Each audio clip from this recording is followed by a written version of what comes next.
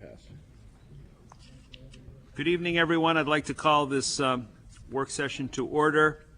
It's Tuesday, April 22nd from the Eileen Dondero Foley Council Chambers. This is the review of the fiscal year 09 municipal budget, and I'd ask City Manager to give it the introduction. Thank you, Your Honor. Tonight we're going to be reviewing a number of departments, public works, libraries, welfare, recreation, planning, finance, all in the general fund. And I want to just mention, there's no PowerPoint tonight because it's just pretty straightforward, that the municipal departments are coming in at an average of 2.1% over last year. Even with, if you calculate in a estimated COLA, we believe we'll still be below 3.5%, just slightly, if that happens. So, and that has already been added into the entire budget. So the city municipal budget, has achieved the goal that the City Council has set out. I might add that over the last 10 years, the municipal budget has come in at the City Council's requested goal every year. One thing I do want to get into before we move into deliberations, just going to page 13 where the capital is. For those of you that have been on the City Council, you know that we entered into a negotiated agreement with Packard Development for certain improvements to city roadways once they started their project. And their project has started, and technically under the agreement that we have with Packard, once they pull a building permit, they have 30 days to provide us funding that will provide for the match for the Ocean Road improvements. And the reason that we listed the traffic calming on Ocean Road in the capital plan, $150,000. When we started this process back in October, we were not sure where that project was going. And it has gone through the court system. If anybody's been out there, you can see that they're working out there, creating and grading, and they're very close to having a building permit. So the long and short of it is that they will be providing the $150,000 match for the state funding that we have. So we would be able to reduce the capital budget by $150,000. So I'd like to note that, and unless anybody has any objection, we'll make that adjustment to the budget. Is there anybody that has any concern about that? That money will then obviously just be a cut from the budget. The money will be then provided by Packard in accordance with their agreement, and we'll proceed with the project. 66% of the money for the traffic calming on Ocean Road will be coming from the state. Okay? Thank you very much. Good news. That is good news. The first department that I'd like to call forward and have come up will be Public Works. And what I'd like to do is have you turn to page 170. And this is typically how we will handle it. We won't have any PowerPoint presentations.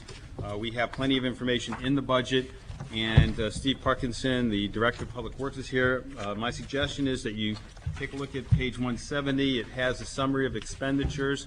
And I've asked Steve to go through some of the highlights of his budget. Good evening. Steve? Yep.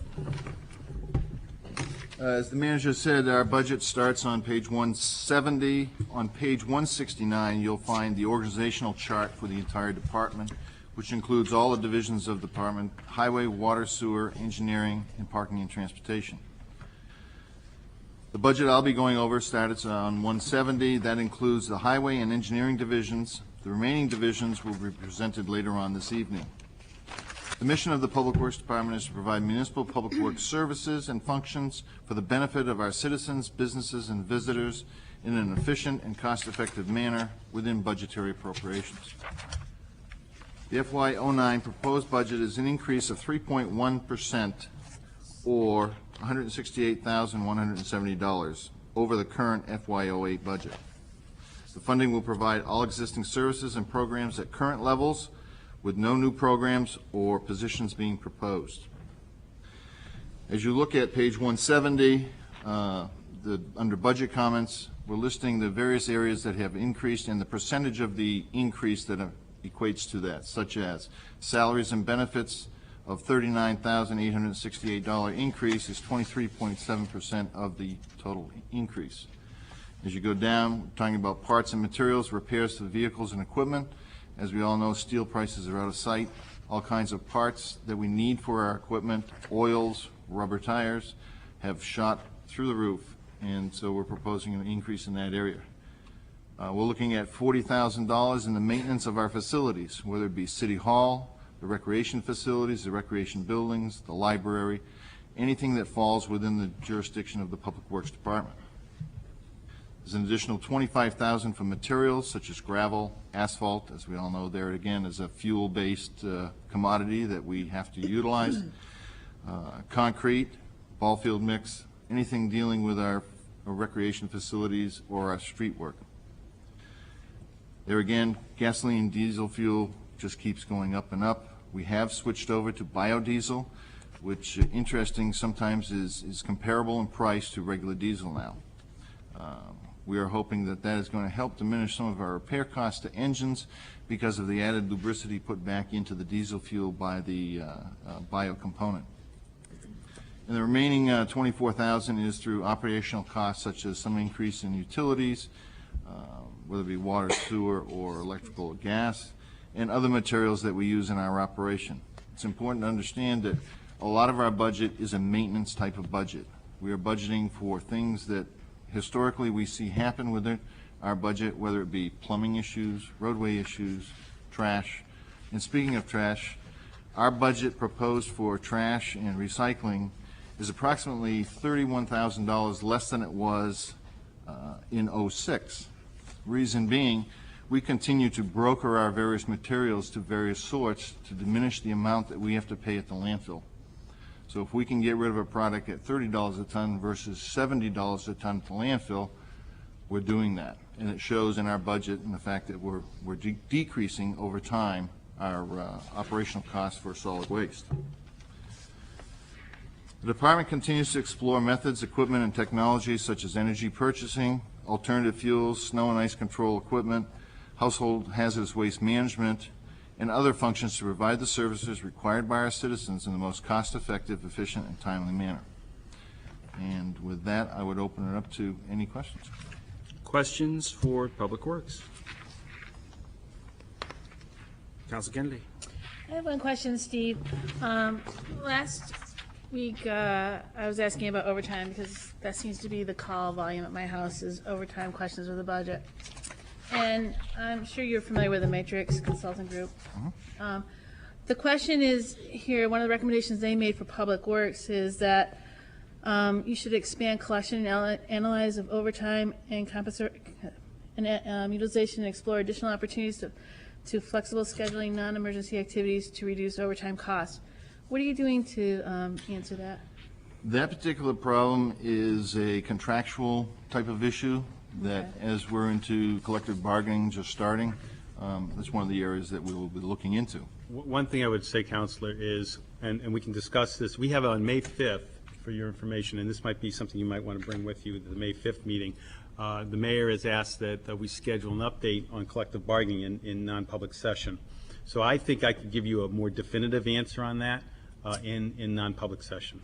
Okay, the only thing is that then in this document, that wasn't under one of the suggestions for that needed to have, that some of it said city negotiating team, Right. and that one didn't have it against Well, it. the one thing I will just say, because hours of work are negotiated, and not going too far into it, typical hours of work for city public works employees is 7:30 to 3:15, Monday through Friday, and I can get into that further with you. That is an item that would require certain types of collective bargaining to achieve what you're getting at, flexible time. Okay, all right, I'm not sure the way this is worded it does. I'm sure, I think. I can explain it afterwards, because I really don't want to get too Well, far I mean, is there a into- question, I mean, that's a study that, and some of these indicate that they are collective bargaining and some don't. Is your representation that it, you know, I think most of that in there, I mean, they've identified certain things that are collective bargaining. Yeah, you can answer it. Actually, for that particular one. You need to go to a microphone. Okay. Okay. That particular one in Public Works, they actually do some flex scheduling. In the summer, we start painting lines on streets. We will adjust that person's hours. We have people who maintain the flower beds. Those hours are adjusted during the summertime to prevent overtime. We have several examples of that where the employees will work with us to adjust their schedule. Downtown cleaning crew, they work like 4 to noon, Monday through Friday. So we have many things. But as John had mentioned in the contract, it does say 7:30, 3:30, Monday through Friday. So anything outside of that, we either have to get a mutual agreed upon with that individual. In the last collective bargaining agreement, we were able to get a concession as it relates to the recycling center. So we're able to do some flex time there. Counselor Noveline Claiborne. I have a couple of questions. Steve, when you talk about the trash and the different vendors that you use, does that become recyclable rather than solid waste then?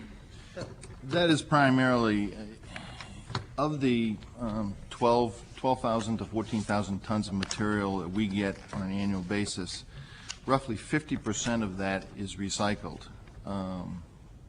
Basically, what we're taking to the landfill is those materials that today cannot be recycled. When you come to the recycling center, you'll see we've got various areas where certain materials go. And because we do so much effort in separating materials out, whether it be the woods, the metals, the clothes, the books, all of that stuff, we are then capable of or able to dispose of that at a site that deals with that specific material, thus reducing our disposal cost. If we were to take everything to the landfill, it would cost us an additional $500,000, roughly speaking, to dispose of that material. Give you an example, we're paying, I believe it's $73 average, because during the year our price changes, our contract renewal time. Right now it's an average of $73 a ton. To dispose of, and that was for, in FY07, approximately 5,000 tons. The other 7,000 tons was brokered out, went to different places. That cost us roughly $10 a ton. Some materials we get paid for, some we don't, some cost us more than others, but we're constantly marketing and looking around for better deals because people, businesses are looking for that. Of the 12,000 tons that we have of solid waste, 7,000 are diverted to other places other than a landfill. See, that's fantastic. All right. I have another question. Council Claiborne, then Council Smith. Custodial services, thank you. I think that sounds wonderful, what you just said. It really shows a good effort on your part and your department. Custodial services, has there been any conversation about like combining all the, I know when I was on the school board, we used to talk about combining the custodial school with the city custodial to save money, and does that make sense, or is it? Do you care to address that, John? Well, I think one of the things that we're starting to look at with the school department is how we can combine services. And one of the things that we've done, obviously, is the athletic department. We're able to do that. Other areas that we do, of course, is the law department. We provide services to the schools for that. We'd like to work with the school department on doing some more work with them on our finance department. We feel there's economies there that could be satisfied in those areas, so we are talking to Dr. Lister about that. I did a conversion in Connecticut to moving everything over, and the best way to achieve it is to start slowly. And if in the area of maintenance, you'd probably want to start with the outside first, and then start working towards other aspects of combining services. You can't, it really is not practical to try to do it all at once. I think you have to do it in increments. With Dan Hartree as the construction manager, coordinator, he has done a lot of work now for the school department with their roofs and everything. So as we go forward, so for example, the next thing we might want to explore, and I've talked about it with Steve and the superintendent, is we may want to explore the outside area, for example, the maintenance of the fields. They do have contracts with people. I'm not suggesting that we may save money, but we will have control over our field maintenance. We will have we'll have the ability, as I believe, to have a more consistent cutting schedule and different things going on. So that would be the first area that we probably want to look at.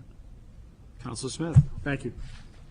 I noticed in 07 that the part-time salaries trended, they came in lower your budgeted to actual in '07, and I don't have the report with me, but in '08, it looks like you're also trending to come in lower. But yet it's a 65,000 each year always gets budgeted. You still feel comfortable staying at 65, or is that something you think we can pare back? Because I don't think, in '07 you didn't go above 50, and the way it looks like it's tracking for '08, you might not go over 50. What happens is we hire usually 5 to 6 college students, and depending upon the time that they get out of school and when they go back, typically we'll be bringing them on sometime early to mid-May, and some of them actually stay until mid-September. So the 65 fluctuates back and forth. Now, in '07, I may have only, I know I had an issue with back then that we didn't get enough young college students to come work for us. So we were down a little bit, which also impacts our operation because they're put with our grounds maintenance crew and the acres upon acres upon acres of land that we have to cut and maintain. That crew is trying to maintain a 7-day schedule of keeping these things cut. When I reduce that crew or when I don't have enough people to fill it, then that schedule gets lengthened and the appearance suffers. Counselor, it's probably our best value because they're out cutting, weed whacking, doing all those things. I was just better, and for the '08, I realized from what the trend was, it also looks like it might be trending to be lower again in '08, and I didn't know if Well, that might be an area to peel back a little bit. Again, we try to hire and maximize it because it really helps with our cutting cycles and maintenance, but it's up to the council. I mean, I just wanted to know if it's been trending always to be less than 65, is that an area we can peel back a little bit, or if it was these just anomalies that happened for? I think it's anomalies that occur as time goes. You know, some years we are able to bring back more people because they're available. A lot of times we'll keep an individual for all 4 years while they're in college. It saves us from retraining them. But there again, it fluctuates. Thank you. Further questions, Council Spear? This is kind of on the same theme as the biofuels question. Is the Public Works responsible for the utilities supply? I guess my question is regarding electricity. I know now that we've split generation and transmission of electricity, you have the option of buying from renewable sources. And I know some states are actually pursuing this, maybe some cities too. And I wanted to know, is that something that we've ever considered? The Finance Department has done a study on our utilities, and that is one of the areas we're looking at for this coming year. We're working with the Sustainability Committee on that. Okay. And then on the same utility theme, I had some questions about some of the utility expenses for some of the buildings that the rec department uses, but I don't know if I should be asking the Public Works or the rec department. Public Works. Typically, we provide the facility, and the occupant of the facility, whether it be the library, the recreation, pays the utilities on the building. So that you would not see them in this budget, but would see them in their budgets. Right. The only utilities you see in here, the buildings that Public Works is responsible for, i.e.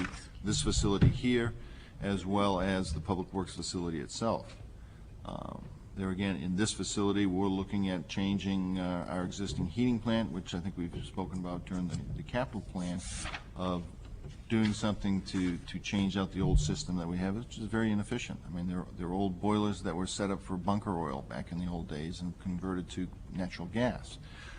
Natural gas is a good commodity, but not in a system like that. So that's Okay, how we're so addressing it in. Anyway, it's on page 196, which is, it's the rec department budget, but it's questions about utilities that I wanted to ask you about.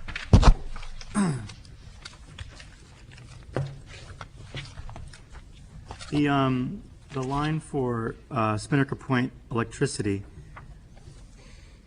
is about 50 grand every year, and that's, I'm just comparing to the other indoor pool or Connie Bean, and that's really high. Is that building electrically heated in some way, or is that air conditioning maybe? Or Well, what I is think that is probably, and Rusty can address it more, but I think you'll find that that is a facility that is heavily utilized almost around the clock, but not late at night.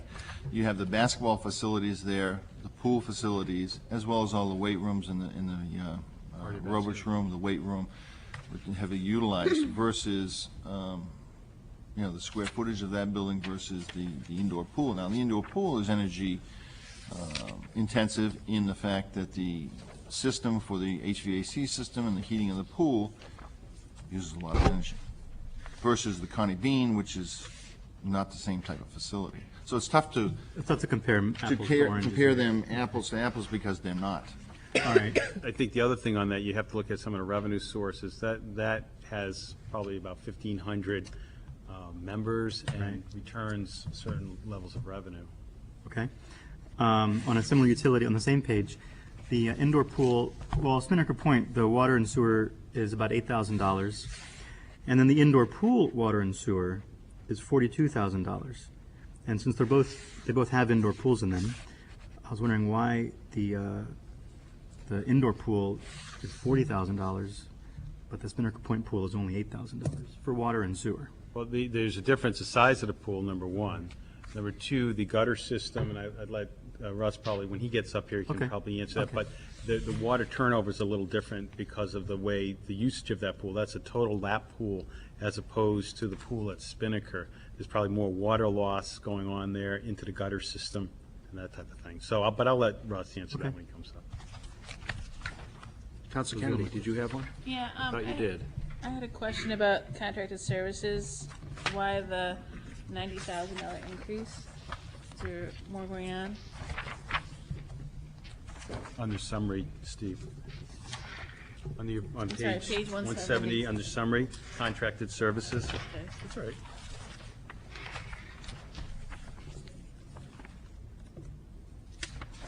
That's going up roughly 20,000. Yeah, 276 to 290. No, excuse me.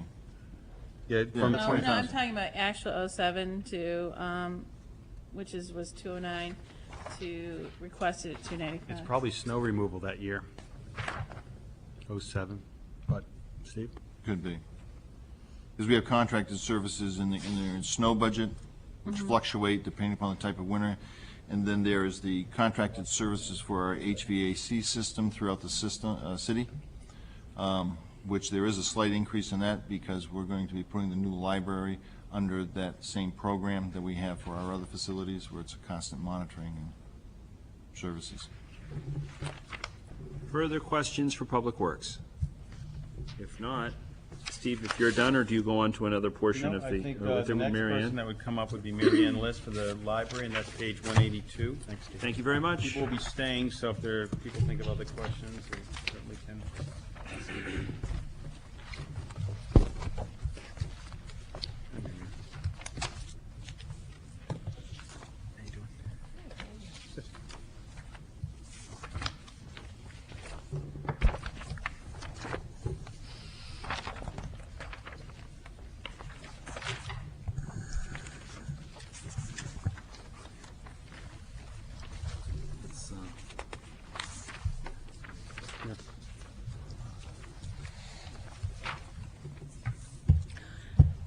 Good evening, Mayor, City Councilors.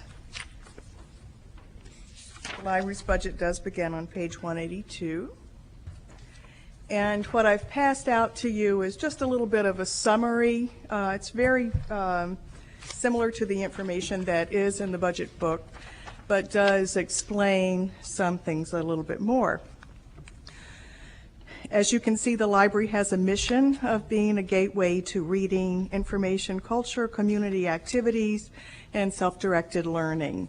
It serves those who want to read, to learn, or to connect with our community and our cultural heritage. We do have some things going on in the library right now. As you know, we are just about 1.5 years into the new library building. And we have also a major initiative, which is to provide 7-day service at the library as opposed to 6-day service. Beginning with fiscal year 08, we opened the library on Sunday afternoons for half of the year. The fiscal year '09 budget requests the full year. Full year meaning September through May. During the months of June, July, and August, we won't be open on Sunday, but we will be open the full 6 days that we have always been open.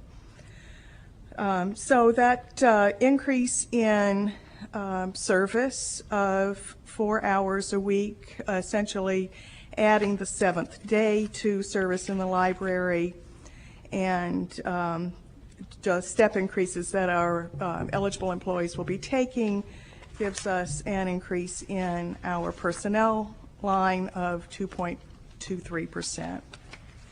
There really are 3 areas within the library budget that drive the library budget, and the first one is the personnel line. The second one is the materials in the library, and the third one is operations of the building. The second thing that I address on the handout that I gave you is really is about those materials. Since we have moved into the new building, we have seen major increases in the uses of the library. As you can see from what we call our output measures, and those are things that we're able to measure very specifically, really able to quantify in the library, we are seeing increases of 30% and higher in use of the library. We also have added an element to the library that was very important when we built the building, and that was to do that community building part of city services, offering rooms that people could use in the library for various community functions, for educational things, for cultural things, for meetings of nonprofit organizations. We're hitting about 700 a year, 700 uses a year in that, and it has been quite an addition to the service that we've been able to offer in the library. So the increases in use of the building, increases in use of the materials, impact both the personnel line and the materials line. I've given you just a little bit of information there about inflation of the materials that we do purchase. We, rather than using the CPI for those materials, we can get very specific information from the trade sources about inflation in those materials. So book prices are up about 3.3%. Reference books, which are very important but expensive materials, are up really 10%. Paperback books cost less this year than they cost last year, and periodicals are up about 6.5%. With all of that information together, we really have only increased the materials line in this budget 3.63%. The way we can do that is just by carefully monitoring, one, the format, and two, the subject areas of what we're buying, watching to see what's being used, fairly frequently dropping a paper version of something and picking up an electronic version, finding a way to have a portion of material delivered to somebody rather than a whole book. So there are lots of things that we can do, partly aided by the technology that's available to us now, that can keep those increases down even though the increases in use are greatly up. For energy costs, the third big part of our budget, we all know that the building was designed to help us in that area, and it certainly has. The building is performing as we expected it to. We have just about a full year of information now about the energy consumption. So we're beginning to be able to see, and this is working with Public Works, we're beginning to be able to see which pieces of equipment actually are performing as we want them to, which one may need to be tweaked a little bit. And we're being very successful with those energy lines. So that's something that's actually helping us with the budget, as we hope that it would. We have some areas where we've been able to do some savings in this budget. They're not in the areas that really drive the budget, but they do help us with this budget. They have to do with such things as we have instituted a very efficient copying and printing system, more efficient than we used to, and our customers are now paying as they go. So we've been able to reduce that line a little bit. Things like our postage line, our supplies lines are actually down, and that's because we're using email to notify people in every instance that we can. Actually, about 60% of our communications with our customers is now email rather than paper. So we're mailing far fewer things than we used to mail. The next couple of pages are to give you a little bit of background information about how we get to where we are in all of our figures with the library budget. Every year we do compare the demand for service and the performance of the library against that in other areas. And many of you have seen these comparisons before, and you see that the Portsmouth Public Library does just about twice the business that other libraries that we compare ourselves to do in the number of people who come into the library and the circulation, which is the number of items that are checked out of the library, either in paper or some electronic form. We do compare ourselves against all libraries in the United States. This information is collected by the National Center for Educational Statistics, and they pretty much collect from everybody. We then compare ourselves to all libraries in New Hampshire, and for our best comparison, we compare ourselves to a group of urban libraries in the state of New Hampshire, the closest to the kind of business that we do. You can see from the bottom two graphs there that this information, and this is because it's national statistics, of course, is about 1.5 years old information. But we had a couple of areas where we were doing okay, but we really wanted to improve. And that's in the number of reference transactions that we do, and also in the programs that we provided.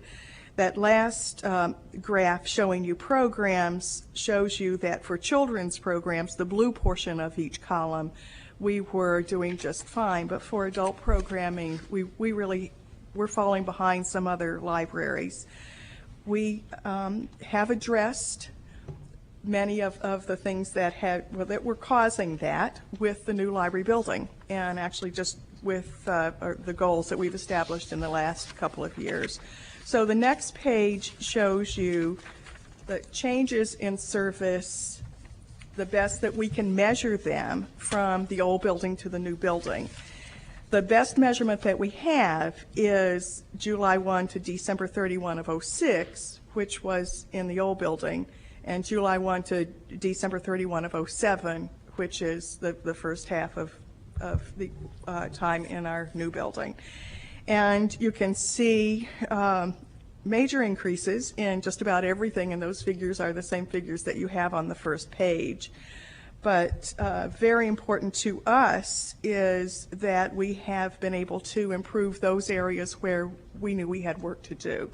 And that's with our reference transactions. So those are up about 35%.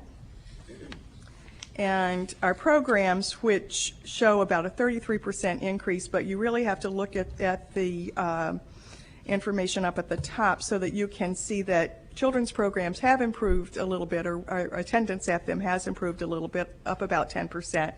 But attendance at adult programs is up 262%. These were the goals that we really were going after with this new building. And we're quite comfortable that we've been able to address them to some extent. And the figures that you see in the 2009 budget are our efforts to address them further. Thank you very much. Questions for Mary Ann? Council Spear. Hi. Hi. I think this is a great document. It'd be even better if it was, portions of it were in the budget document that we get beforehand to read. But that being said, I had a question about the program attendance per capita in the, I guess that's page 2.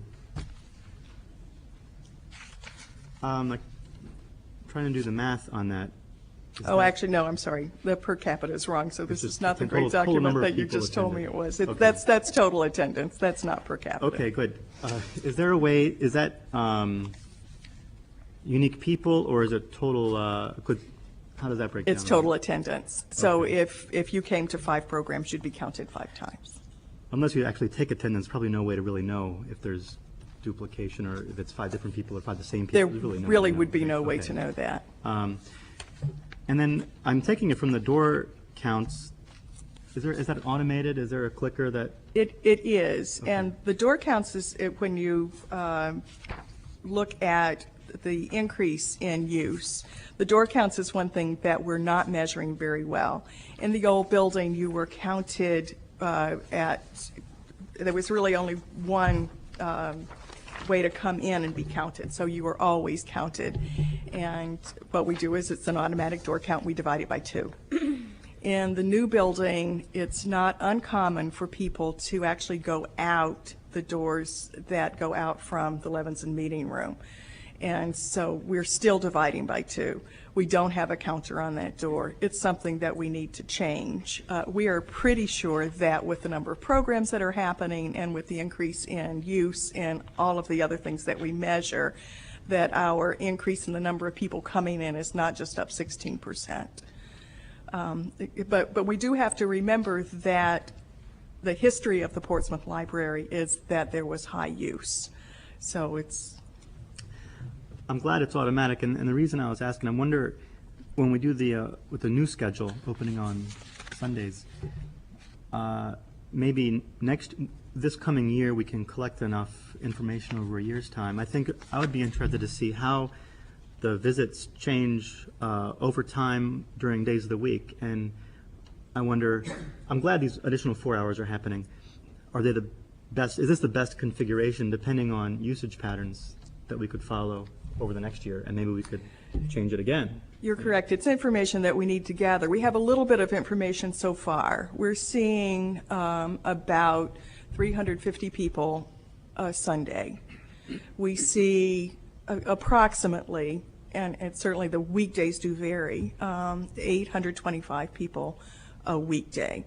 So that's our 12-hour days. We may see 825 people. On a Sunday, we're seeing about 350. It's actually a little more intense.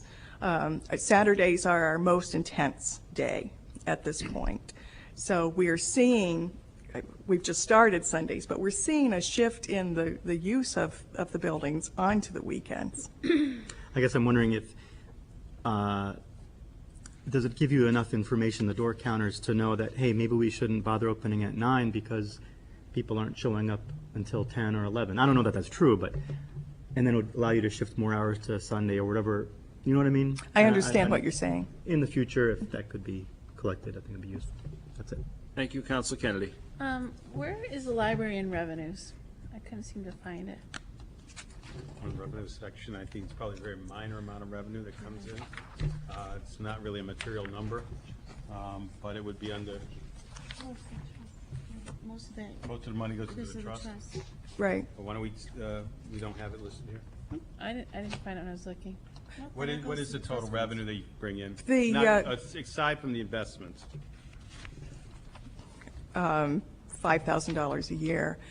Would be the minor gifts, that kind of thing. We're not talking about gifts, we're talking about, Well, you just Oh, mentioned for- copying for- machines, for- overdue library books. More than that, $40,000 a year, easily. For That all- money goes directly into purchasing books.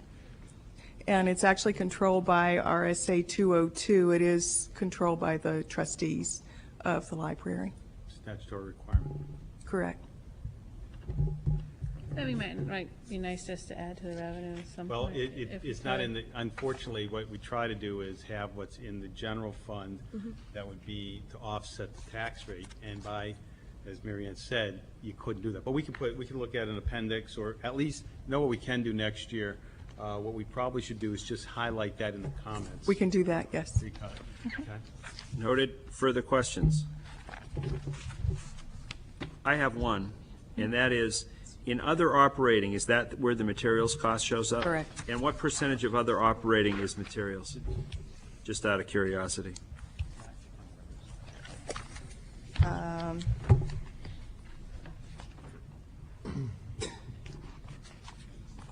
About 80%, I'm Okay. guessing. That might also be an interesting line item to have broken out as well in the future. That could be, certainly. Yeah. I mean, I can tell you, Materials versus other operating. total materials is $201,775 in this FY09 request. Okay. It's about 2/3. Okay. Okay. Any other questions with that? I have a question. Councilor Noveline Just Claiborne. quick, in the description of the employees, there are 2 vacant positions. Are those not going to be filled? Or? We have, our Assistant Director, Sue McCann, is retiring this year. And so if that is a retirement, it's listed as vacant because Sue's retiring, not because we don't need the position. And we also have Shelley Hershey, who's retiring this year. She is the person who has worked for the city longer than anybody else. She'll be retiring after 40 years with the city. So that's a retirement. It's not that the position is being phased out. So you will fill them? Yes. Additional questions? Seeing none, thank you very much, Mary Ann. The next up is Keith Bates, the Welfare Director, and I would refer you to page 199.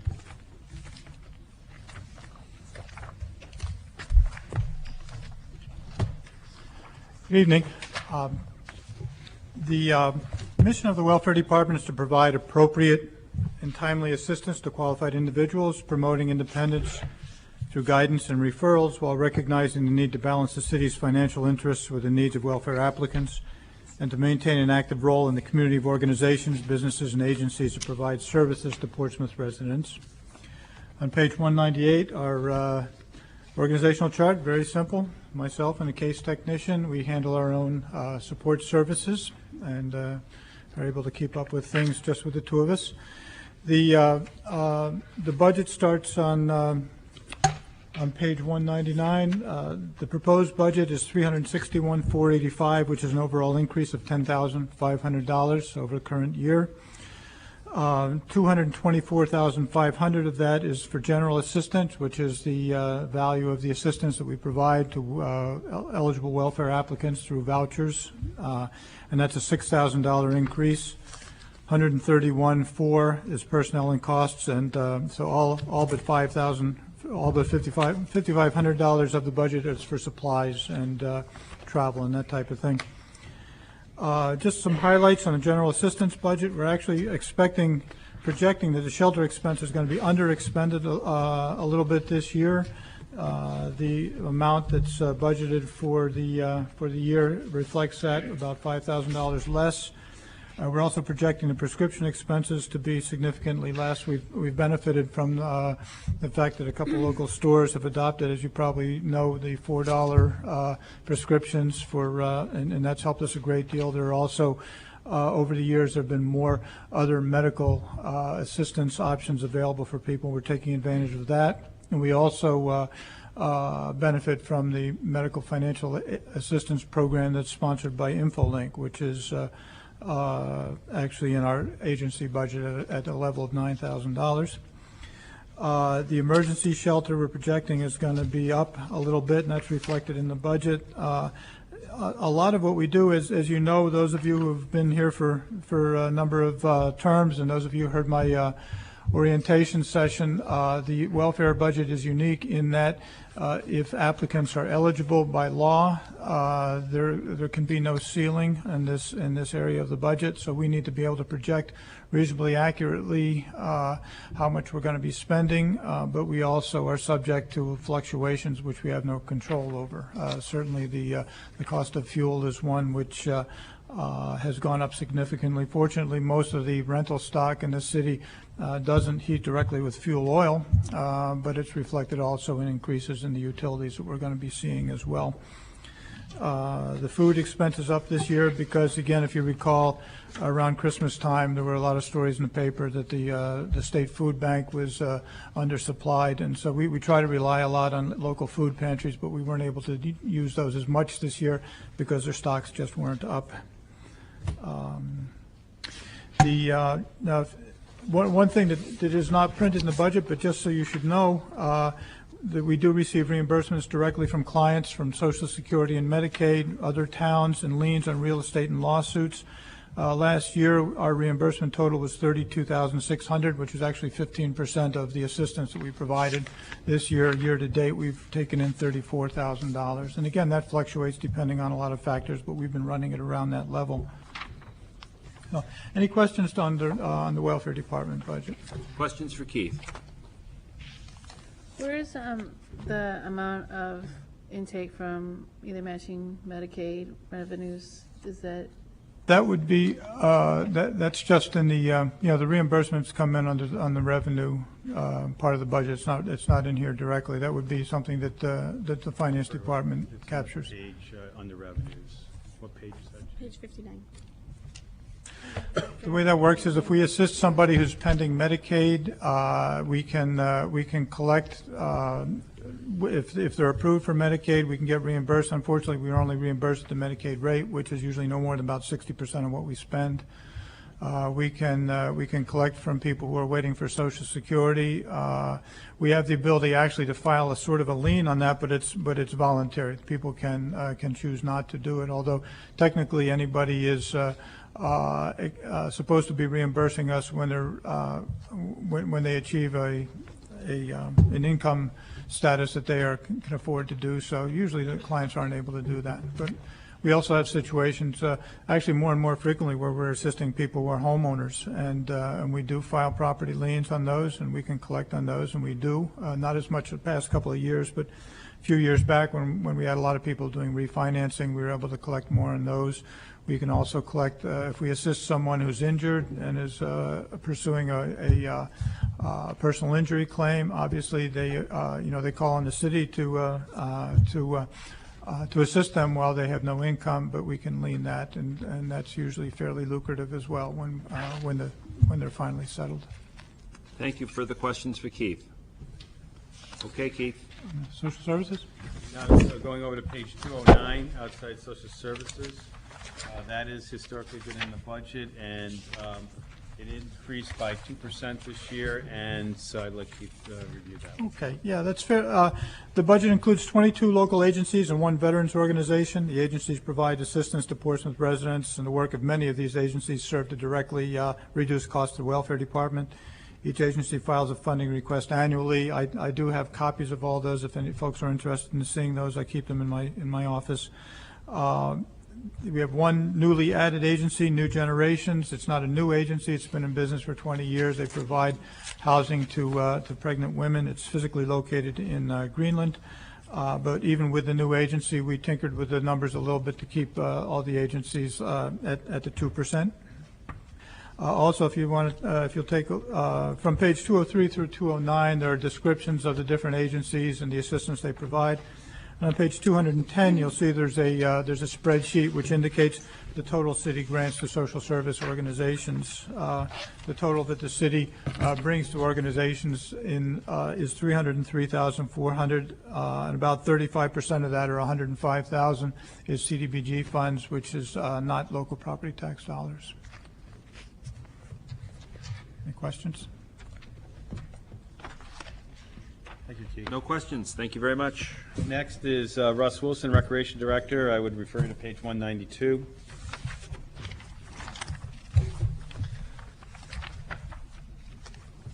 Thank you. As John said, our budget starts on page 192. Our organizational chart is on 191.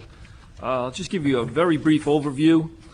We have a staff of 8.5 full-time personnel. Our part-time personnel varies seasonally. Obviously, in the summer, it picks up greatly. Tapers off a little bit in the winter, but at any given time, we have anywhere from 40 to 80 part-time people on staff. Our Connie Bean Center continues to be our youth center as well as our administrative offices, where we have all of our youth programs run out of there, organized leagues, K through 12, some infant and preschool programs. Also the home of the Portsmouth Judo Club, Ballet New England African American Cultural Center. Our Spinnaker Point Recreation Center is our adult-only center for Portsmouth residents and city employees. We have almost 1,500 members, a complete fitness center with fitness equipment, weights, track, basketball courts, tennis, volleyball, all kinds of classes, swimming pool, hot tub, steam, and sauna. We also run all of our organized adult sports leagues out of that facility.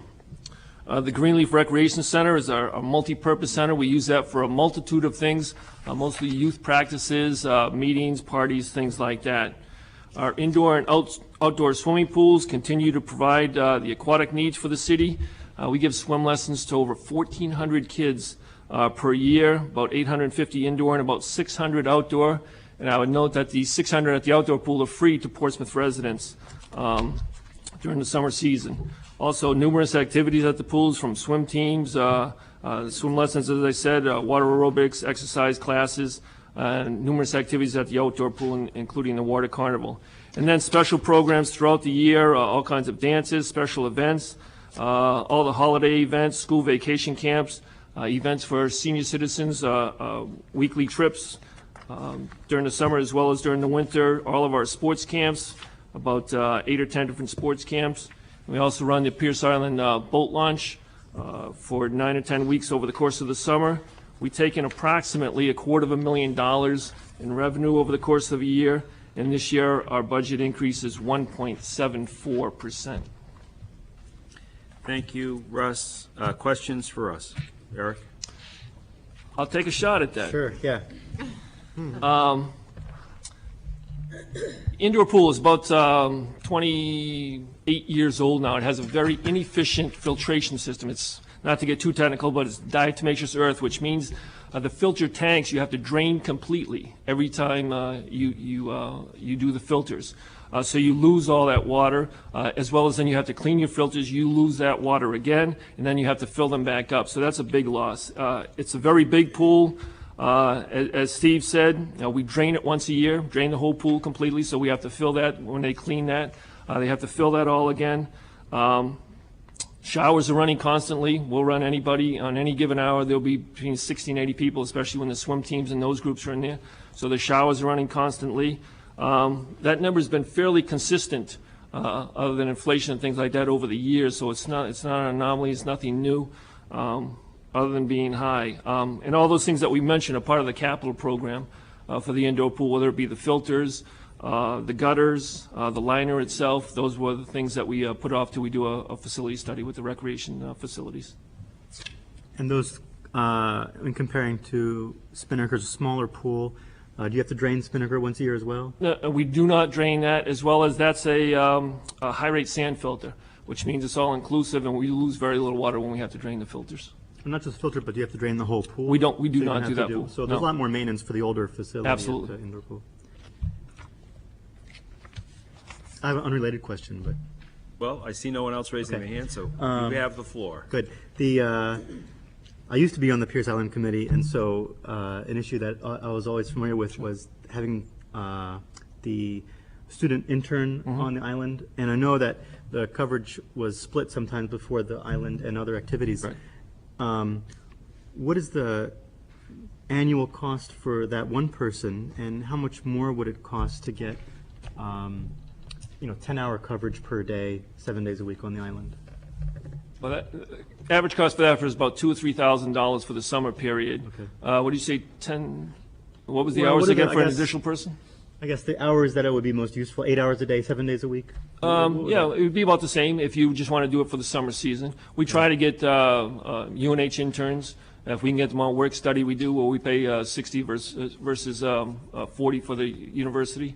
But if we have to pay the whole fee, it'd be roughly $2,000 or $3,000 for the summer again. And it would take 2 more people or 3 more people to get that coverage, or is 1 more person? 40 hours a week, any intern can work 40 hours a week for us, so. So it'd probably take 2 interns, a combination. If you want to do want 70 hours, right. yeah. And then probably use them for other things. Right. Probably an extra $4,000 to $6,000 for 2 people. Yeah, probably, Roughly, yeah. yeah. Okay. Further questions for Russ? Seeing none, thank you very much. Thank you. Move on to Thank you. Next the one is world of planning Planning inspection. and Health. Cindy Hayden, Deputy City Manager, page 130 is where she would begin.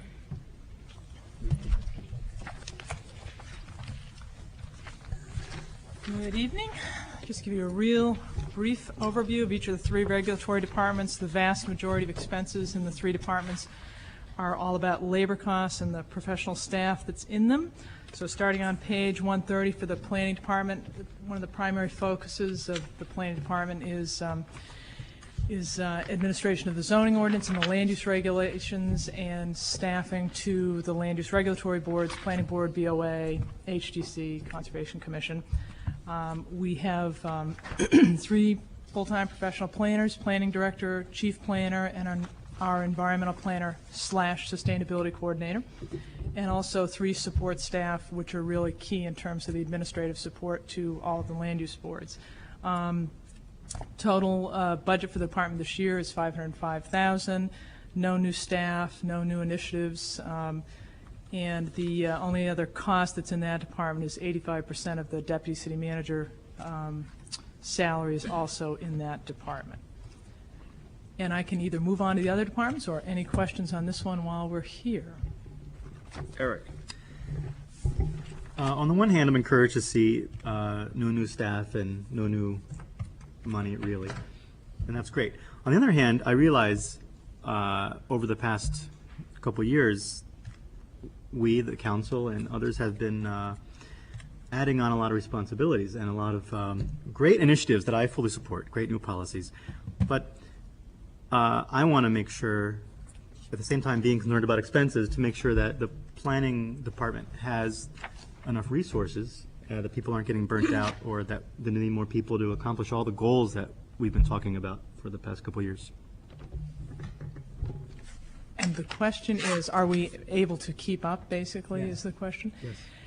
Well, I would say with all of the regulatory departments, it is, a certain amount of triage to keep up with things. I mean, I think that we have done a good job in keeping up. One of the major initiatives that we've got going on now, as I'm sure everyone knows, is the redo of the zoning ordinance and the land use regs, and that is contracted out.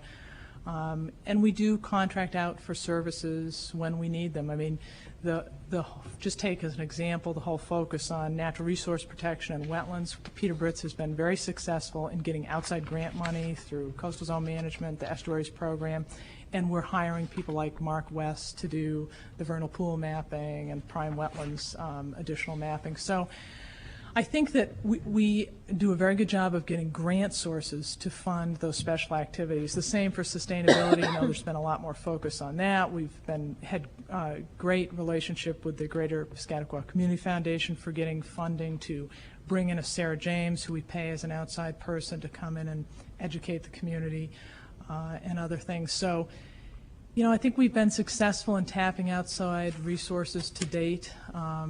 So I don't think you'll hear me advocating tonight for let's add a position. I think so far we've been able to keep up with that. And I think we have to look at what's happening in the world of development. We've got a lot that's active right now, but we're not seeing quite as much coming into the pipeline, and we'll see where that goes as the economy goes. Thank you. Additional questions with regard to planning? If not, moving on. Moving on to page 135 in the Inspections Department. Inspections Department, their primary job is plan review and permit issuance, electrical permits, mechanical and plumbing permits, and building permits, everything from massive expansions of lawns of biologics to Joe, the homeowner, doing bathroom renovations and not wanting to electrocute themselves and therefore needing an electrical permit. So there's a lot of staff time into plan review, into issuing those permits, and then going out and doing the on-site inspections to make sure they're actually doing, as the project progresses, what they propose to do according to the codes. So again, that's a labor-intensive endeavor. Their budget is essentially the same as it was last year. It's about $351,000. 3 inspectors in that department: chief building inspector, and full-time plumbing and mechanical inspector, and also a part-time electrical inspector, and 1 administrative support staff person there. Again, in this department, we have no new staff proposed, no new initiatives, essentially a static budget from last year. One thing to note in the budget comments that there in FY07, construction permits were $612,000. So by and large, it covered the expense of the department. This year, I think because we have, we'll be slightly down in that area because of trending, but still. And any questions I can answer on the inspections department? Seeing none, how about health? Moving on to the health How department. is health? Page 139, health is very healthy. As many people know, one of the primary focuses of the health department is to ensure public safety by licensing and inspecting food service establishments in this city. We have over 300 of those food service establishments that have to be inspected and licensed, and also all the temporary events that go on in the town.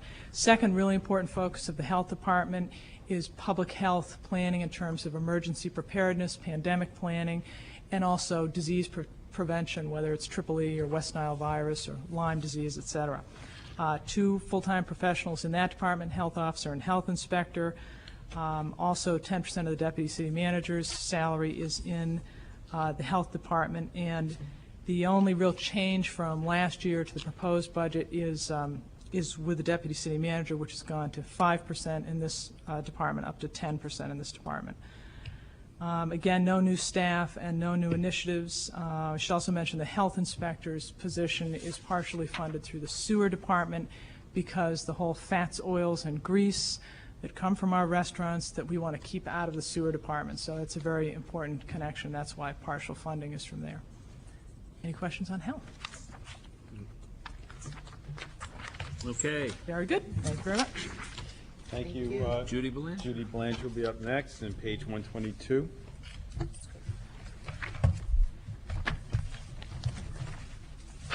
Thank you, and good evening.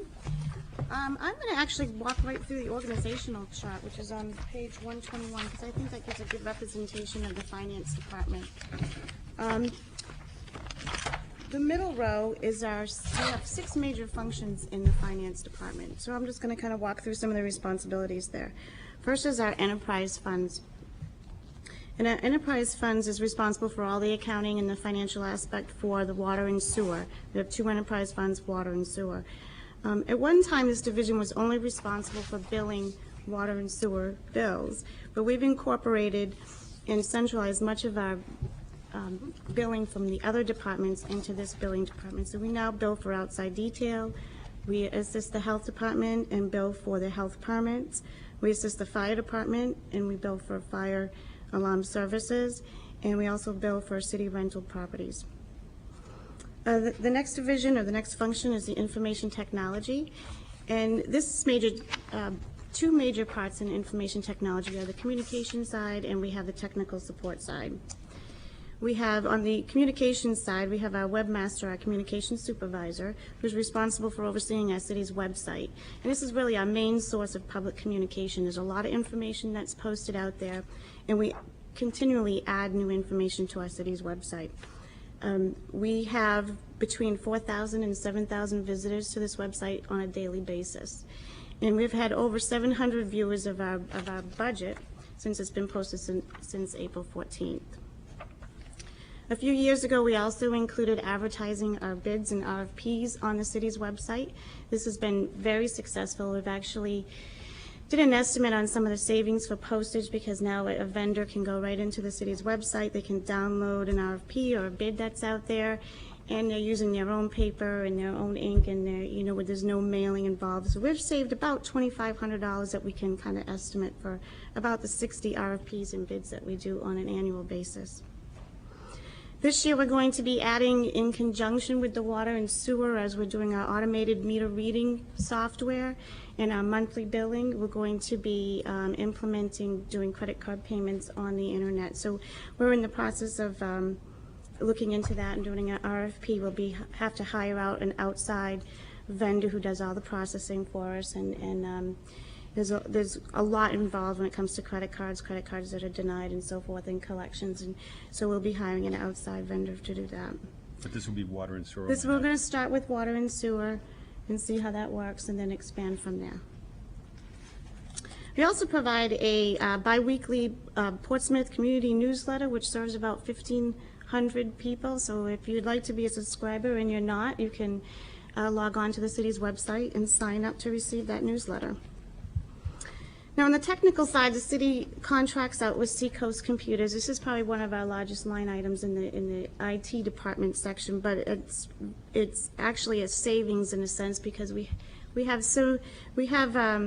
pretty much a full staff from Seacoast Computers. We have 24/7 technical support, because they're also a backup for fire and police, and of course they're 24-hour operations there. So oftentimes they're in on the weekends. They do updates to our servers and our software and so forth. We also combine some of the services, although tech support isn't really involved with the school department, but we also have our financial software, which is Penimation, which we, years ago when we went out, we combined the school department, so we have one tech support person to kind of oversee both on the school side and on the municipal side. Moving on to our assessing department, we maintain property values for about 86 properties in the city. 8,600 properties in the city, sorry.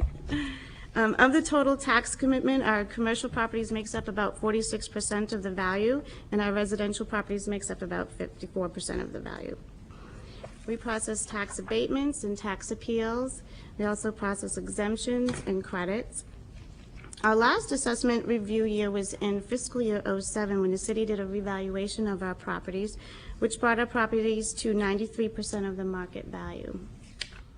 The department annually reviews certain classes of properties in certain sections of the city to maintain this proportionality between either locations or between commercial and residential, between condos versus residential homes or single-family homes.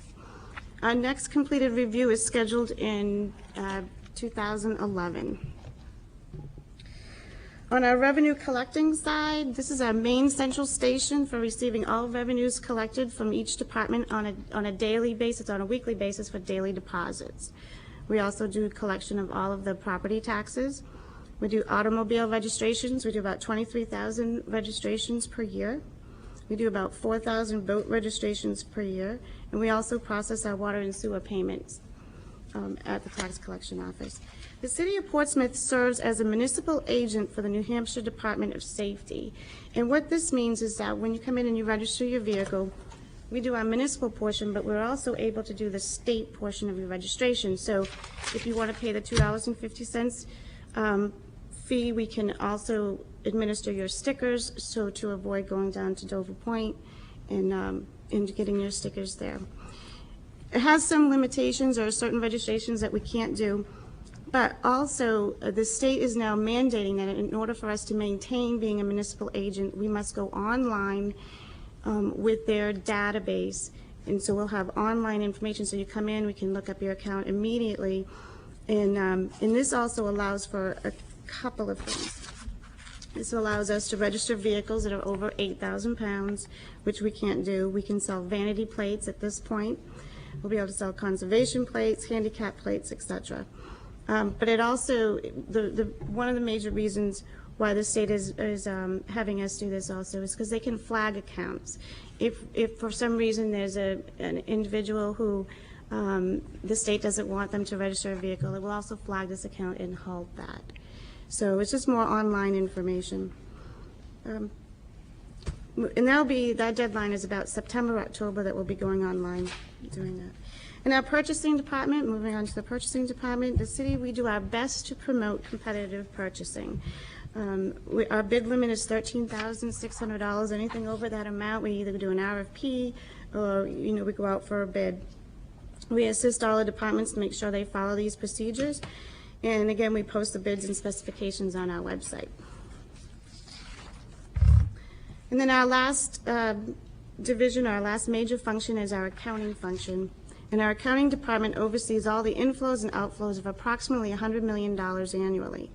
We work with all the departments, we monitor expenditures and revenues, and we prepare all the accounts payable, payroll checks for fire, police, and municipalities, the municipal departments. And the school department, they also prepare their payroll and their accounts payable, they budget salaries for those individuals over there on that side. However, they don't have their own cash account. All of the reconciliations and all of the funding comes through the finance department.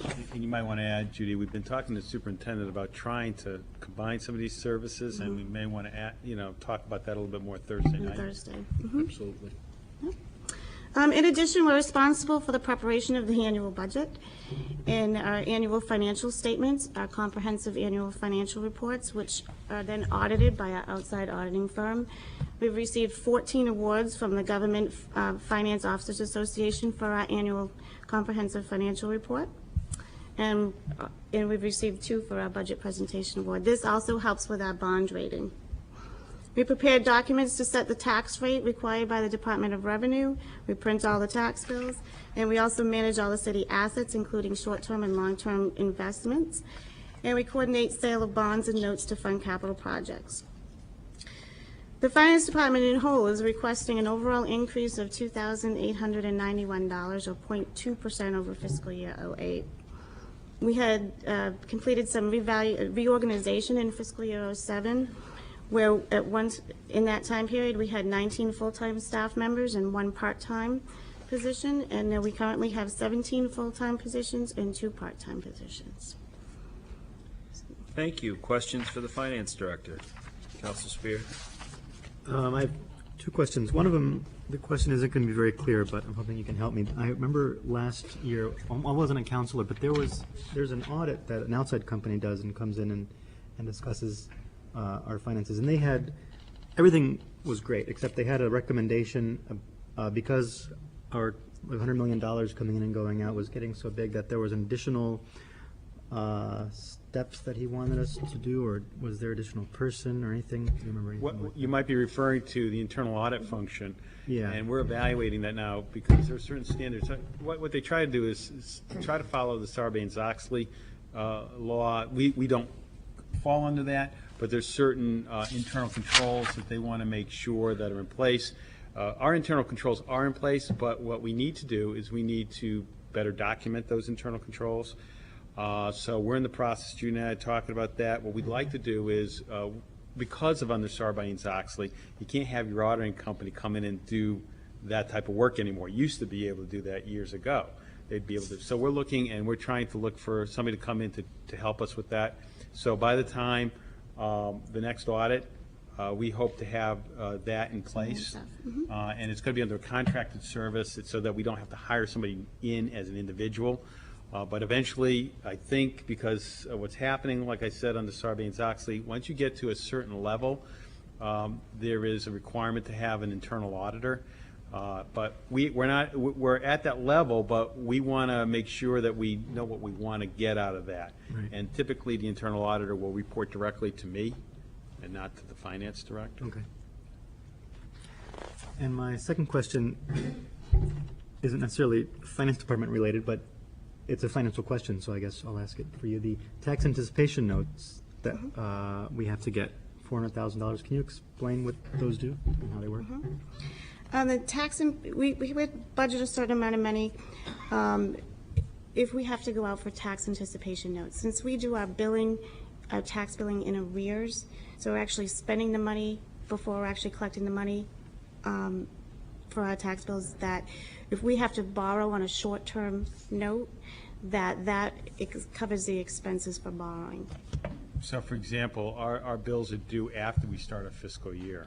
So for example, the second half of the fiscal year bills will be going out this week. So we've already gone through 7 months of the fiscal year. Right, they're due June 2nd, our fiscal year ends June 30th, so we're already, in So arrears. sometimes, we have been able to avoid cash flow issues because we have been able to increase our cash position over the years. We have about 9% in fund balance, I believe. Yes, over of our 9%, prior year 9.6. expenditures. And so we're able to supplement that. But the TANs may be necessary. And if they're not necessary, that money goes into fund balance. At the end of the year, we don't transfer that money to another department. We don't, Right. it goes right into fund balance. It's not, if it's not used, it goes in the fund surplus. Okay. Additional questions to the finance director? I guess we're all done. Thank you. Okay, the next, we're going to be heading into the enterprise funds now. What I'd like to do is have Dave Allen come forward and start and talk about, we'll start with the water department on page 265. And these, enterprise funds are typically funds that are standalone funds outside of the general fund. So this does not affect the tax rate per se. And they are funded through fees. Page 265. Thank you. Essentially, the water budget, which shows an increase this year, is really showing that, as John mentioned, we have to show all of our capital and our debt service in that. So what you're seeing is really the effect of some of the major projects we're doing. The Madbury Water Treatment Plant design, which is going on right now, the raw water improvements at the Bellamy Reservoir, as well as the Greenland well upgrade. Those are all major capital projects that affect this budget. Essentially, the bonding cost, the finance cost, debt service costs are all included in that's what you're seeing in here. The proposed rate that we're showing is a rate of $2.40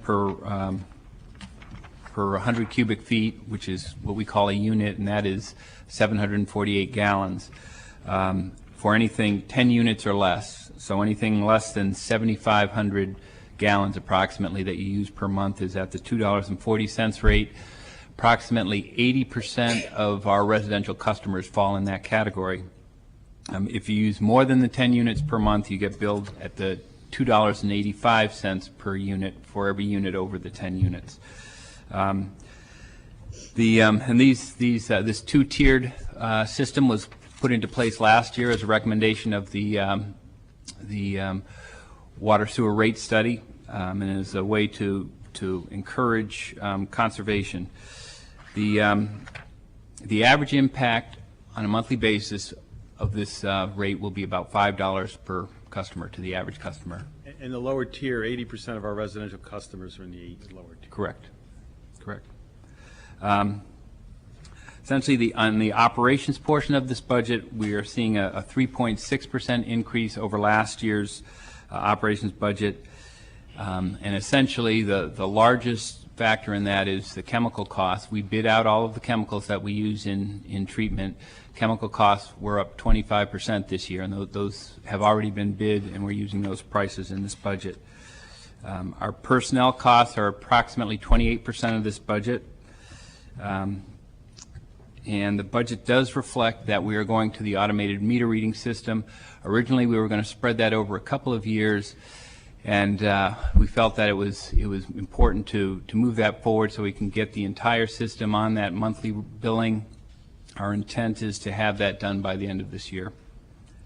Some of the other programs that we have in here, although there are no new personnel, the programs that we're moving forward within this budget are an increased conservation program, increased leak detection, again, another sustainable program, and then we have increased water testing as part of regulatory requirements. Questions for Dave regarding water?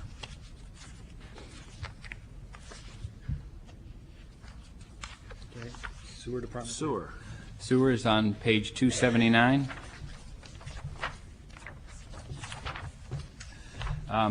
Just as the water budget shows an increase, the sewer budget is actually showing a decrease, and that is because for the same reason it reflects those capital costs that are associated with with this portion of the budget. The proposed sewer rate will be $5 for those first 10 units, and again, we're metering or billing our sewer based on that water meter rate. So it's $5 for those first 10 units and $5.50 for anything above the 10 units. The impact on the average customer will be about $1.10 per month. This budget reflects a 2.1% increase over the operational portion of the budget over last year. Personnel costs in the wastewater side are only 19% of our budget. Obviously, we're very heavily invested in operating heavy infrastructure, and we will continue. We're actually seeing reduced flows at Pierce Island. We're showing some reduced electrical rates. The Deer Street Pump Station, that line item, we've actually reduced the electrical line item in that as we've seen the improvements from the upgrades that we've done there. We're also seeing, because we did not get the 301H waiver, we had some testing that was associated with that. We had $100,000 that was associated with river testing that we will not be doing because we're going to that secondary, so that line item was reduced. But we also have an increase in some additional testing under our new permit that was not included in the previous budgets. Questions? Esther? How come, which I'm really glad to see, and maybe we can learn from you, the overtime has dropped? On the water side, what we've done is we've actually, our chief plant operator has worked on the operations, and there were some, they do the basin cleanings, and he's actually restructured the way they do that so that there's a setup period the day before, and the work is done strictly during the day. So he's actually adjusted some of the processes that they do, some of their maintenance techniques to reduce their overtime. Thank you. Further questions? Okay. Thank you very much. Okay, the next area that we have is parking and transportation, and John Frederick will come forward, the parking manager. It's on page 306. And before we get there, what I'd like to do is I'd like to just talk a little bit about the revenue side so people are aware. Probably go to page 23 so that people can take a look at what's happening. As you have probably heard from me over a period of the last few years and those new council members the last few months, what we're looking at doing is moving our parking revenue into the actual expenditures for parking-related services, and we didn't do that overnight because it would have had a major impact on the city's tax rate. So what we've done is slowly move that money over, and it is not an enterprise fund yet. It's a special revenue fund, because once it becomes an enterprise fund, it has to stand on its own, and all those revenues would have to go over. We don't feel we're at that point yet, but we will be in the next year or two. One thing that we did move over this year is debt service for the high Hanover parking garage, and that's about $495,000. That was an expenditure that showed up in the general fund. We moved that over to the parking and transportation fund and showed it as debt service. Basically, it's like taking a dollar from one pocket and put it in the other pocket. There is no effect on the tax rate because of that.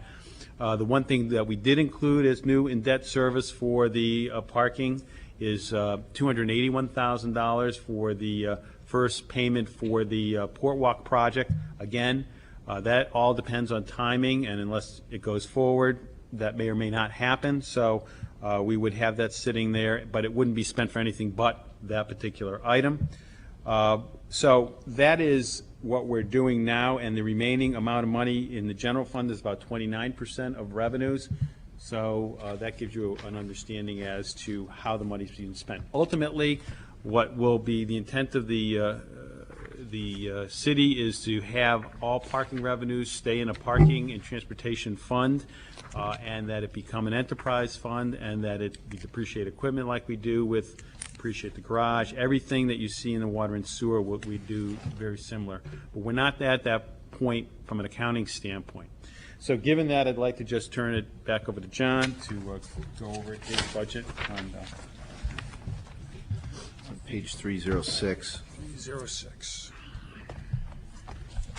Again, our focus this year will be on customer service and advancing our technologies to help improve payment options and customer service and our monitoring options as well. The highlight in this budget is the $200,000 for the replacement of our aged inventory of our traditional parking meters. All our parking meters out there right now, the traditional type, are beyond their current lifespan. And then an additional $115,000 for the continued improvements for the High Hanover parking facility, which is a $40,000 increase from last year. And that $40,000 increase is attributable to the gate replacement project that we're going to be hopefully implementing this summer. The equipment that we have in the garage is aged, and we're going to begin a phased replacement of that equipment. But, we also have no personnel staffing changes this coming year, and that highlights my budget for this year. Take any questions. John, Council Kennedy. About the meter replacement, what is the traditional meter that's the one that public seems to like really well, cost per meter? To replace, it would be approximately $600 per meter. Okay. Well, I'll ask the next question. What is the differential between if you serve 30, how many, if you pay and display a given number of meters versus having traditional meters being repurchased, whatever the new ones are, at $600 a piece? What's that work out to, if you have a sense? The same. They're equivalent.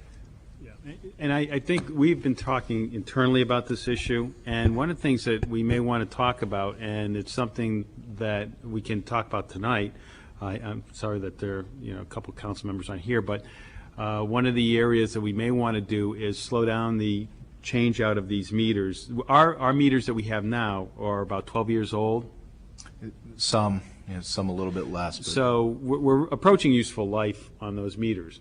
But I think what we wanted to look at was the idea of doing more of a phased-in approach on them, and we can give some consideration to that. And John and I have been talking about it, and that's something that we would recommend is more of a phased-in approach. So what my suggestion would be is we'd look at reducing down by about $150,000 the meter replacements that we have in here.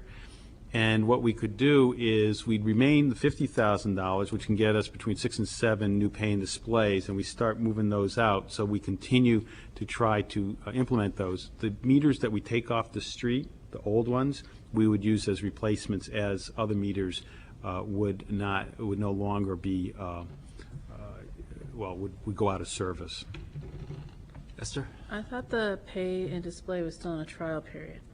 Right, and that's what my suggestion is. If we go with the $200,000, it basically would go beyond the trial period. We pretty much would have committed ourselves. What I am suggesting is that we take and reduce down by $150,000 the amount we're going to spend on pay and display, and that we continue to put another couple streets on pay and display rather than doing a third of the meters. What I would suggest is that the meters that then we take off the street, we now put in our inventory to replace those meters that may have reached their useful life and would have to be replaced. So what that would do for the city council is that if we reduced it by $150,000, then I would be able to add back on the general fund side $150,000 of revenue, which would mean you'd be able to reduce the tax rate by approximately 4 cents additionally. Okay? That would be my suggestion. If we want to move in that direction, we have to do something with our meters. And we believe that we want to take and have more education on the pay and display. We don't want to totally commit to the pay and display at this particular point because I think we're not going to solve that issue tonight. But we don't, because if we go with the $200,000 here, we've pretty much committed totally to the pay and display. And what I'd like to do is pull that back because I think John and I have been talking about it, and that we reduce that line item by $150,000, move that $150,000 over to the general fund side, then you'd be able to reduce the tax rate by 4 cents.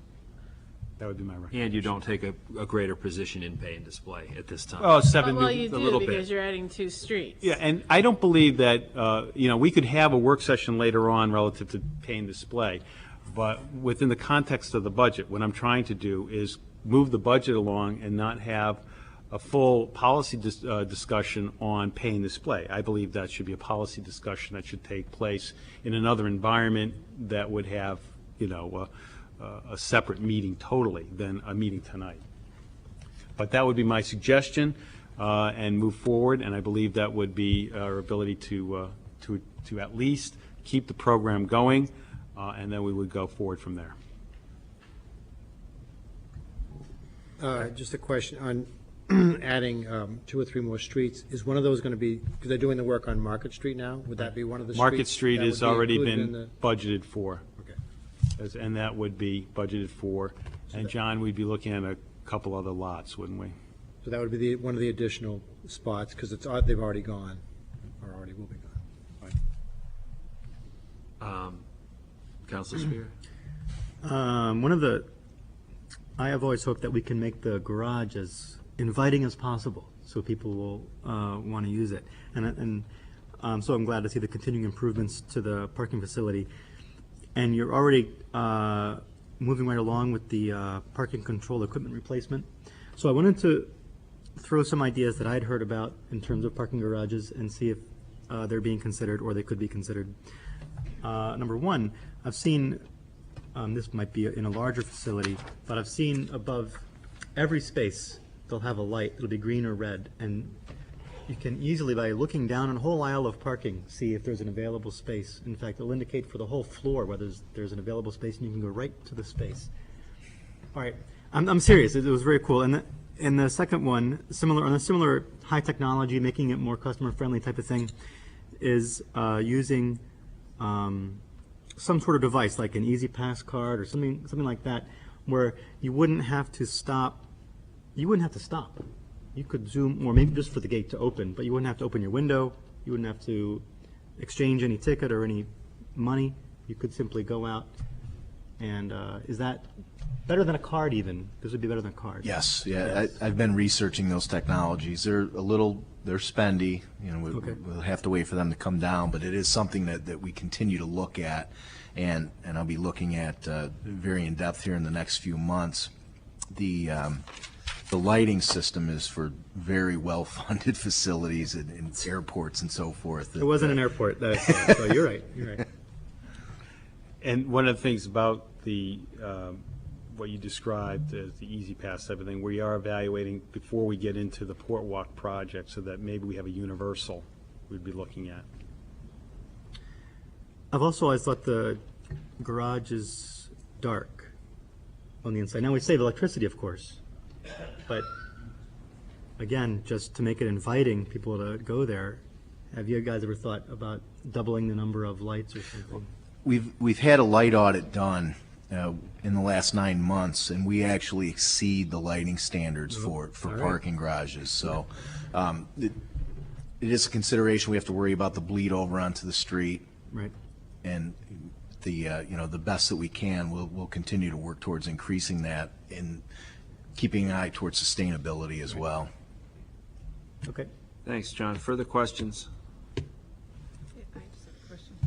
Can you just, were you saying that remember how we were saying to get the tax rate where we want it, we have to lower the budget by $514,000? Is that what it was? Well, that's not, I'm saying the expenditure level. Now, Would what you were just saying, you wouldn't be able to subtract it? well, no, it is a correct statement. $37,500 for every $37,500 of new revenue or reduction in expenditures would reduce the tax rate by 1 cent. So it's a combination. Right. So what you were just saying about the switch over to the park. Right. What would happen is that would be $150,000 of new revenue in the general fund budget, which would mean that the tax rate would go down another 4 cents.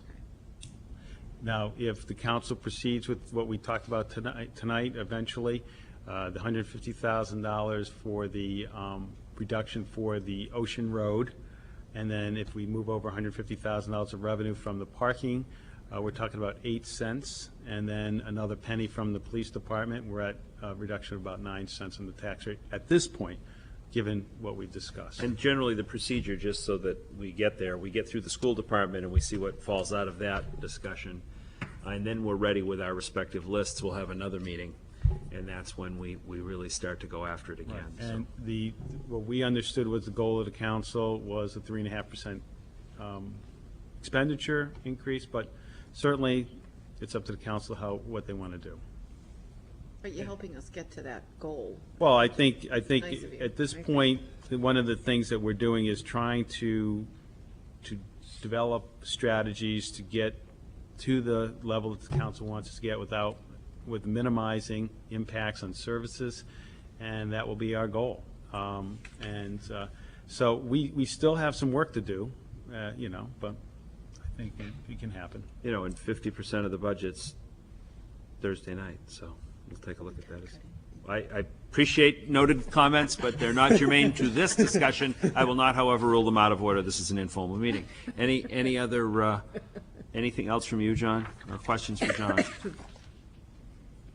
Then the last item that we have for this evening is fee schedule Appendix 3, and I'd ask Andrew Pergel, the controller, to come up to talk about it. This is a committee chaired by Councilor Noveline Clayburgh. She's chairman of the fee committee, and however you want to handle it, Councilor, if you want Andrew to start through, or do you want to go through? That's fine, Andrew. Nobody forget Appendix 3. Here we go. All right, good evening. I will be speaking on the fee schedule listed in Appendix 3 of your budget booklet. There was also a memo, like John just said, from Councilor Noveline Clayburgh, chairman of the fee committee, attached at the beginning of the Appendix 3 that summarizes the changes requested in the fee schedule. There are about 380 fees listed in Appendix 3, and of these 380, about 300 of them raise revenues for the general fund. On page 59 of your budget book, the general fund revenues are listed. And the first section of those revenues is titled Local Fees, Licenses, and Permits, with a total estimated revenue for FY09 of $872,000, or about a 5% increase over FY08. These revenues are raised from the collection of the fees listed in Appendix 3. The $872,000 represents about 1% of your total general fund revenues. It is important to note that because of the annual review of the and adjustment of the fees, this section of the revenues has increased by over $314,000 over the last 7 years, and that's when we started doing these reviews. That might be useful for just a background for people. We had included in the budget the mechanism to have this every year, because before what would happen is we had to go into every single ordinance and make changes. So there might be fees that went for years without being changed. But in the last, how many years has it been? It's been about 7. 7 years, we've been able to bring those up. There isn't a lot of highlights from the fee changes this year, except maybe in the recreation department. We increased the non-resident indoor fees by 20%, and the Spinnaker Point fees by about 5%, and the non-resident boat launches from Pierce Island from $10 to $15, and the commercial boat launches from $25 to $30. And also in the library, we increased the non-resident cards from $75 to $80 a year. And at Prescott Park, the trustees voted to increase all the docking fees for non-residents. And that sums up the FY09 fee schedule changes. Questions on fees? Eric? On the Pierce Island commercial boat launch, you have $30 as a suggested fee. How does that compare with if I, had a yacht that I wanted to launch at a marina? How does that fee compare? One of the things, maybe I can answer Yeah. that. I don't have that comparative number, but I do have the number of commercial that have been launched from there. I've been told by Russ Wilson that there's been, 2 or 3 that a year, or? Between 5 each year, 32. insignificant. You mean yachts being launched at the? Yes, yes. Commercial. Kidding. Kidding. So it's a collection issue. Well, they're not there all year. You know, Right. The commercial are in a lot earlier than when they start taking money. And again, it's kind of a cost-benefit analysis that you have to do. And, Having someone there to collect the fee versus what the fee is. Additional questions? That is that. We are now, we've had our questions. There's certainly room for further discussion if we want to have it. What we have done, we've gone through everything at this point. Do you have anything further to offer? no, I'd be accepting any questions the council might have. Yep. Yeah, I would like to go back to the parking meter. And instead of doing those two streets with the new system, since it's the same price, and since a lot of people are not in agreement with the new system in our community, and until we hear the traffic report, maybe we need to put the old system ones back in. I don't think that that's something that would be advisable, but certainly we can have a discussion with the city council. It would, I think, we don't have 4 council members here this evening, so it's something that I think probably we should set up as a work session in the future and bring in and really have a full discussion on it. I will tell you that we have proceeded with putting them in on market. We will hold off until we have the, other than market, I'll wait for the work session. Your Honor, what do you think? Well, practically speaking, let's think about this a little bit. If we don't want to jeopardize the budget process for this issue that is not significant financially. On the other hand, we have probably a need not just for a work session, but perhaps for public input. Now, frankly, if 10 people show up and say they don't like the meters, we're going to have to think about that. It depends on what the public has to say. So I don't know, there's 2 tracks here. One is the work session to really figure out where we are with the meters, and the other is moving the budget forward. And I don't know that we're going to be able to accomplish the work session one by the time we get done with the budget, or is there a way to do that without taking additional? Let me offer this. We have $50,000 in the budget for next fiscal year. I will say here this evening, other than Market Street, because that's already in place, already been ordered, we're moving forward on that.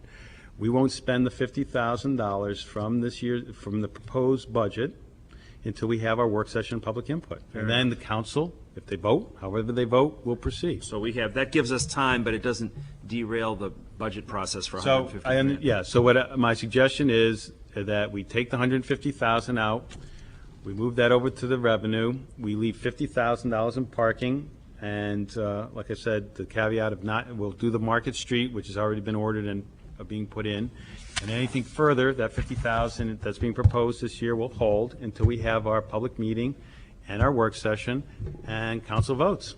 Very good. Is that reasonable? Okay, we've got the meters on hold agreeably. Next. Well, other than market. Other than market, we've noted. Other questions and discussion? At this point, yep. I just have Councilor one more. Before our big, and I'm not sure the protocol here, so you can tell me if I'm wrong. Before our big meeting, I would encourage the city to take a look at the metrics, because one of the other things that's in here that I found very interesting is they did look at increasing the number of firefighters that would lower the overtime on page 7. So I'd encourage us all to look at that, because that's exactly what I was talking about last time, and I was told it was in here. Well, one of the issues with that, and I know the fire chief talked about that, what happens is geometrically, maybe the first 2 years you save money, and in reviewing that, what happens is it becomes a loss within the 3rd and 4th year with the firefighters. You actually go underwater on that. So the chief does not feel that is probably in its best interest from a budgeting standpoint. As indicated, the first 2 years, yes. Once you get into 3, 4, and 5 years, as they go up into their steps plus their stipends, you actually are underwater in that area. Well, I think this raises the larger point, and maybe this would work for all of us. Typically, again, especially since there are 1, 2, 3, 4 new counselors at the table, just to be a little more precise about what's, how do we cut the budget further? And how do we do that, and when do we do that? When we have the meeting, the next meeting after the school budget meeting, and I don't School have- budget meeting School budget is- meeting is Thursday. And then we have the next meeting. May 12th is the opening of the public hearing, and then after that, we have another work session. Okay, now, in that work session, if you've got a list, and there are concepts that you want to address, if there are particular number areas, whether it's overtime or whether it's something else, that's when we get right down and dirty and get that list out there with the department heads present, so that we can vet those lists that we all have and see how far we can get. And that's typically what we did. We did that successfully in the last 2 years. I think the process worked pretty well. The departments are here, you have your list, you've been educated through the budget process, a few bits of savings have fallen out here and there, and now we're ready to do what we do. And that's really the time. So, and in the meantime, counselors, you have an opportunity, if there are specific questions, you can ask the city manager, get answers if you need some data or anything to address what it is you're going to talk about. And I think it would be useful, since we are in collective bargaining situation, that the May 5th meeting, if the questions that come up, will, and in advance, if you have questions, let me know. We can talk about those at the May 5th non-public, because there are some things I'd like to respond to, but I'd rather do that in non-public. And we'll have the Labor Council there, and I'll ask Diana Fogarty, Human Resource Director, to be there. One thing about Matrix, it's not it was just an overall broad type of study. Not everything is going to be accomplished overnight in it. It's a map for future type of work. And as discussed as it relates to the firefighters, we will do some, the chief and I'll ask the Human Resource Director to show some numbers as it relates to out to the third and fourth year what happens. And a further comment, taking that into consideration, to think of our old friend Harold Whitehouse and put a weather eye towards the issue of the budget. On May 5th, when we do have that closed session on the collective bargaining, we will also have a better sense as to how we're doing. And that gives us a better sense as to, you've got that context, so that when then we show up at the meeting where we go through our respective lists, as it were, we're in a better position to know where we're pushing and why.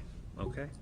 Any further thoughts, questions, Councilor Noveline Clayburgh? Let's say, we get down to 3.5 and we have this, everything's fine. And then the collective bargaining is settled and it's over what we have in our budget. Where does that money come from? Well, I really don't want to get into that, You don't have to worry about that because, at this point. I don't think the council wants to really talk about what they're prepared or not prepared to do in collective bargaining. We're not in a situation where we can negotiate in public. Yeah, And so I think that the way to, Does that's a that valid happen question, in though. communities? I mean, what does the community do when that happens? Do you have to go back to the budget table and redo it? Or? Well, typically what would happen is if you have a negotiated agreement that the council agrees to and votes on, then you would have to fund it. So somehow you have to fund it. Correct.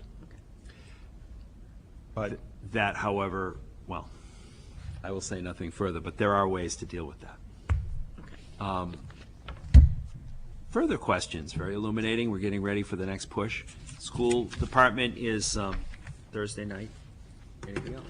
So I don't know that I need a motion to adjourn, but I think we do. I don't. Okay. Thank you. Thank you. We're done.